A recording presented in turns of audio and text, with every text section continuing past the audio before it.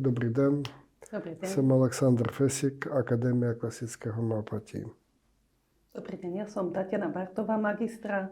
Pracujem v Martine na Slovensku v alternatívnej medicíne, predovšetkým teda poslednú dobu homeopatia, predtým aj biorezonancia, fytoterapia. Co vás vedlo k homeopatii? Zvedavosť, pátranie po iných možnostiach uzdravovania ľudí ako tej klasickej medicíny, kde som robila 20 rokov v interne, gynekológia, chirurgia, dokonca v manažmente a v obchode ako obchodný zástupca. A stále to nebolo ono. Takže po niekoľkých kurzoch som sa rozhodla otvoriť si alternatívnu ambulanciu alternatívnej medicíny, kde som teda 12 rokov, ale odtedy, ako som začala pracovať s homeopatiou, tak je to výrazne lepšie. A samozrejme, ako každý homeopat, počas skúmania tej homeopatie sa začína od seba, od svojich blízkych, od svojich zvieratiek a postupne sa zistí, že je to úžasné. Takže človek začne študovať viac a viac. Ja som si našla vás. Za to som veľmi vďačná, pretože som sa rozhodovala medzi Bratislavou a Ostravou. Vyhrala Ostrava. A myslím si, že to bolo vynikajúce rozhodnutie, pretože vaše vedenie v škole je úplne niečo iné. A mnoho prednášajúcich samých povedalo, že až u vás prišli na to, ako treba s tou homeopatiou žiť, ordinovať ju a používať ju. Co vás inspirovalo k tématu vaší přednášky? Život ma k tomu viedol. Priamo v podstate po covide sa objavili rôzne problémy s hormonálnym systémom a tieto dve kazuistiky, hyper a hypotyreóza, boli také výrazné, takže som ich zvolila. No a proste život si sám píše a homeopatia si sama píše uzdravenia a tieto boli naozaj výrazné.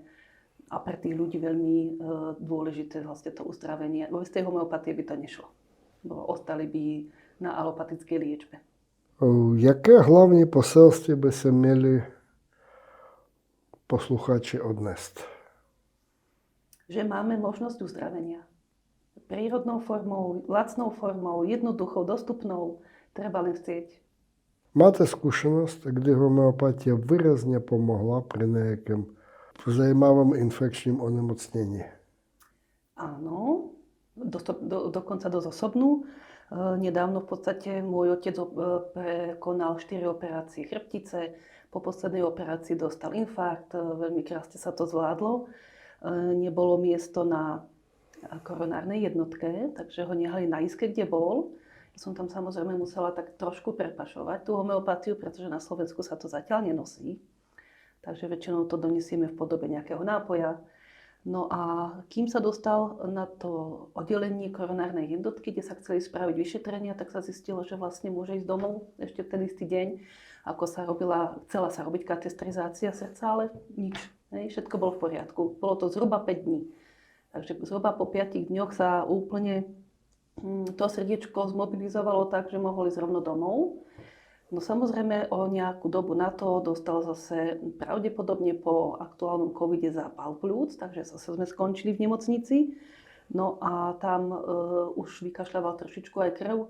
Znovu sme zvolili homeopatiu v podobe inkognito nápoja a kým ho zase z interného preložili na pľucné, kde spravili bronchoskopiu, zase bolo všetko v poriadku. Takže úplne úžasné. Starí ľudia veľmi krásne reagujú na tú homeopatiu, až prekvapivo. Co pro vás znamená byť súčasťou homeopatických kazuistik? Životnú skúsenosť, nové výzvy. Dneska som vlastne prednášala prvýkrát a mala som hodne trému, ale ďakujem celému vášmu tímu, lebo krásne ma pozbudili, pomohli s prezentáciou, takže je to zaujímavé pre mňa. Nová skúsenosť.